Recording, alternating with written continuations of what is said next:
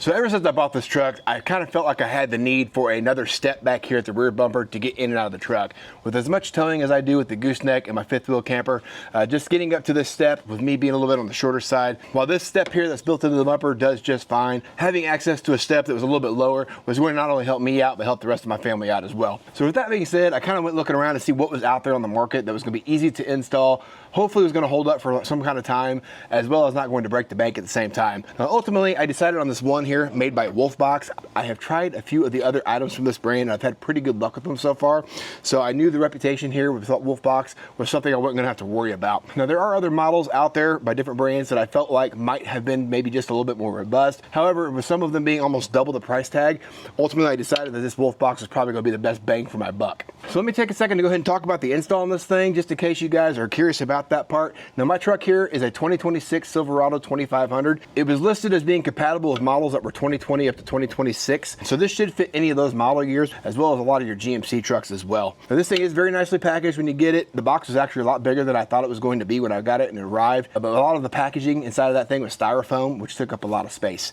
Now, as far as the parts here go, I had them all laid out. I consider myself to be pretty handy for the most part. So something like this wasn't really a big deal to me. However, if you don't do a lot of installs or if you've not done a lot of wrenching in the past, this might seem a little bit intimidating to you at first. Hopefully, I'll kind of put your mind at ease a little bit. If you read through the instructions, they do a really good, clear and concise job of walking you through step by step, which was something I really appreciated because there's honestly not a lot that goes into this step and everything fits and aligns very well. So when you first get underneath the truck here, there are going to be a couple of bumper bolts as well as a couple of support bracket bolts that you're going to take out, and that'll allow these pieces to start fitting in place. And one by one, those little parts and brackets and things start going on the truck. And with me anyways, it was around 30 minutes to install this step, and that was kind of filming as I went and taking my time. So this really shouldn't take you much more than maybe a half hour to an hour to get this install done, just depending on what tools you have available. Now, I did decide to go ahead and use just hand tools on this. So as long as you've got ratchets and sockets, and then maybe even a couple ratcheting wrenches as well, those really kind of came in handy in those tight, hard to reach spots. But that's all I used on this install to get this thing done, and it went together, like I said, very nicely. It didn't fight me too much. Now, the first thing when I got this step on here, I started testing this just to see how it was going to work. I was extremely surprised with how smooth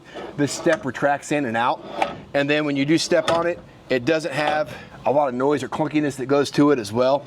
Now, I can't really speak to the durability of this thing yet, and one thing I am somewhat concerned with, and we'll see how as time goes, is with me being in the Midwest and a lot of the harsh things they put on the roads to keep the snow and ice at bay, I'm wondering how the finish on this thing is going to hold up, and that's something I can come back and update at a later time. The other thing you'll notice here as well is when you go to get this step put on is you have a little bit of adjustability here that you can slide this thing around and actually dial in exactly the angle you want it at, as well as how far in or out from the bumper you want this thing at. So for me, I found a nice spot here that I felt like tucked up under the bumper and looked somewhat factory.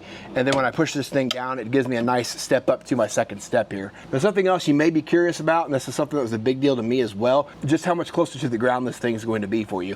Now, it really depends on your truck and what size tires and lift and everything you have on your truck. But for me and this factory Silverado that I've got, when I put this step down, it is 15 inches from the ground up to the top of the step here.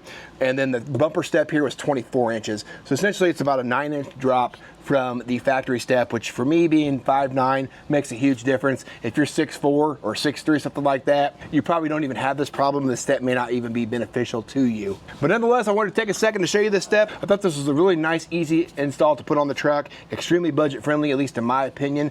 You guys can let me know what you think about this thing in the comments and whether it's something you'd be looking for your truck. Other than that though, guys, I appreciate you taking the time to watch. Make it a great week, and we'll catch you guys on the next video.